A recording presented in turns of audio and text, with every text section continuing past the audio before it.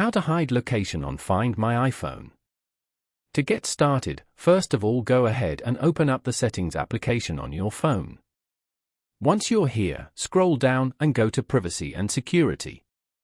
From here, you can control which apps can access your data, location, camera, and microphone, and also manage protections. Tap on Location Services at the top. On this page, tap on Share My Location as shown. Here, go to the Share My Location option and turn it off. You can no longer share your location with family and friends in Messages and Find My, make personal requests using Siri on HomePod, and use automations in the Home app. Following these steps, you can easily hide location on Find My iPhone. Thank you for watching.